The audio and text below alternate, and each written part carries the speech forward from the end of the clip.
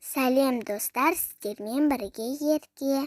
Мен бүгін сіздерге шыбындар неге құлап кетпейтінін айтып беремін. Ол үшін менің каналыма тіркеліп, лайк басып кетіңіздер. Шыбындар жердің тартылыс заңына бағынбайды. Ол басымен төмен қарай.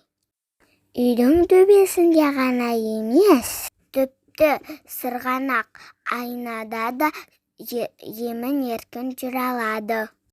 Бұның сыры неде?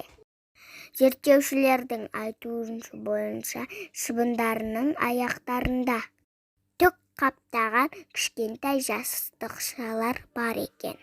Шыбын осы жастықшалар арқылы төбеде жабысып тұра алады. Сол жастықшалар өзінен желімге ұқсас сұйықтық бөледі. Шыбын әр қадам жасаған сайын жастықшалар қайтадан жаңа сұйықтық бөліп отырады. Осылайша шыбын төбеден құлап түспейді екен. Достар, менің видеом ұнаса, қолдап кетіңіздер.